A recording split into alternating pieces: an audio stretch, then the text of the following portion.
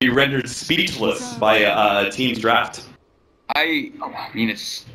I think I was joking with Winter yesterday about bloodlusted visage birds as a complete joke too. That's really interesting. Now, okay, so was able to get himself away, and part of that is the lead seed. The power of that ability in the laning phase. In fact, they're going to see going on develop here. They're going to try and trade Kaka. Kaka's going to try and back away, but it's not fast enough. Still, he goes down in exchange for a kill and a short ranger. Very valuable for Newbee. Yeah, and KP just, I mean, he pulls the lane back, he suicides the neutrals, TP's back top, he's just going to keep his farm chain. This guy is their space maker, so him having such a good start is going to be massive for them.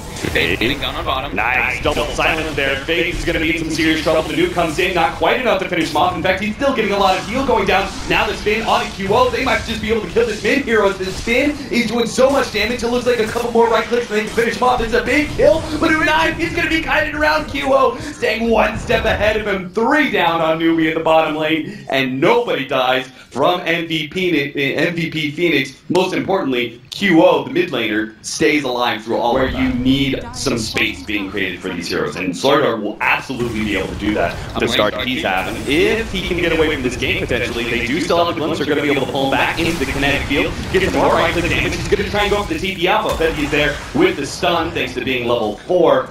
No amount of living armor in this world will be able to prevent KP from going down. Very important kill by MVP Phoenix. Get a couple wards down and secure yourself your ancient, secure yourself that Roche as you're mentioning.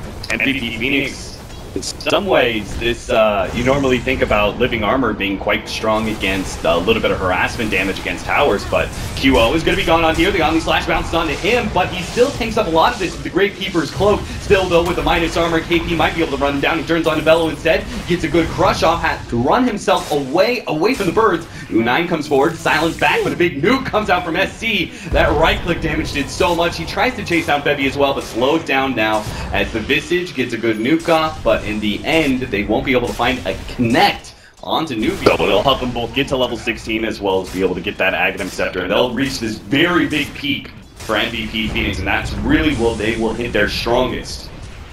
But it's getting to that point that's going to be a little bit tough. You're going to see Faze come in, nice overgrowth onto 4. They're going to try and come in with KP, but unfortunately he's been silenced still. They managed to get Fevy on the front lines. KP still looking for that crush. Goes to the back line, hits the Disruptor while Bello's chased down by U9. Will be able to get him with a couple of spins, and SC is just cleaning up heroes left and right. This amplified damage is letting SC throw out 200 damage nukes with every right click. I mean, the refraction is all building up, the living armor building up. It's really hard for them to Oh, they got him. This is a very big kill. SC, he's going to be taking so much damage from the Static Storm. He has a refraction coming up in 1 more second. Living armor is also allowing him to live a little bit longer, but looks like there's just no hope. None of his allies are around. Oh god, the last right click, it missed. SC flicks himself away. Oh no. That's probably like the biggest deal he could get. I mean, familiars would be cool, but I actually think Bloodlust might even be better for him just because he doesn't need to be doing the damage. His team already has the damage. Yeah. Templar Assassin is certainly a hero that benefits a lot out of attack speed. QO is a goner. Amplified damage, and they just quickly 3-shot him with SC after they eat through some of that Gravekeeper's Cloak. BKB will allow him to pretty much do whatever. Actually, what am I saying BKB for? It's gotta be Desolator, right? Yeah, it's gotta be Desolator.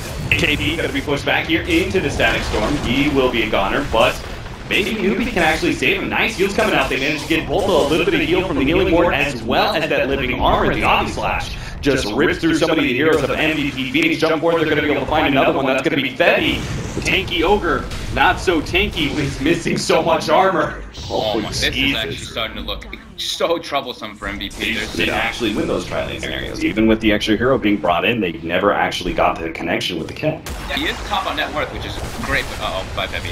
Yeah, Bevy's definitely did goner. A lot of damage bounce back to Bello. Fates again in a beautiful position. Hits the overgrowth. Is going to be able to lock down these right clickers. They can't do anything. And now MVP Phoenix, they might be able to pick up 1 kill out of this. Yeah, he will manage to get at least the Dream Protector. QO in the back line. Managed to take out 2 of the supports. Newbee, though, will just keep on marching forward with all their cores. 2-shotting the Disruptor. Again, combination of this Templar Assassin. And yeah, QO should never have come back. Rampage for SC. 9-18 Newbee. Very dominant looking in this game number 1 the series against Envy pretty efficiently. They're going through their individual neutral camps. They've got Juggernaut all by himself up the top lane. MVP Phoenix is going to go for that smoke now, but Faith is going to be able to, in part, ruin that smoke. KP also bounce back some of it. The counter ward doesn't quite catch Faith. They are going to be able to get him now, but it's all just a setup. KP tries to come through. Thunderstrike stops him from being able to get the blink in, but hello, SD's here, and he doesn't need a nuke at all. He goes straight for a support, takes him out. QO is going to be next up, easily eating through that armor, and Faith desperately trying to survive through all this, and he will. The bait gets loose, and MVP Phoenix don't even claim anything but a Slark kill. SD takes out everybody from MVP Phoenix. Newbee, they're done with this game. They have won it. I don't see how MVP Phoenix, maybe they just try and sit in the game and hope for a way back in, but it was very clearly Newbee with a tight control over this game one. They're on it.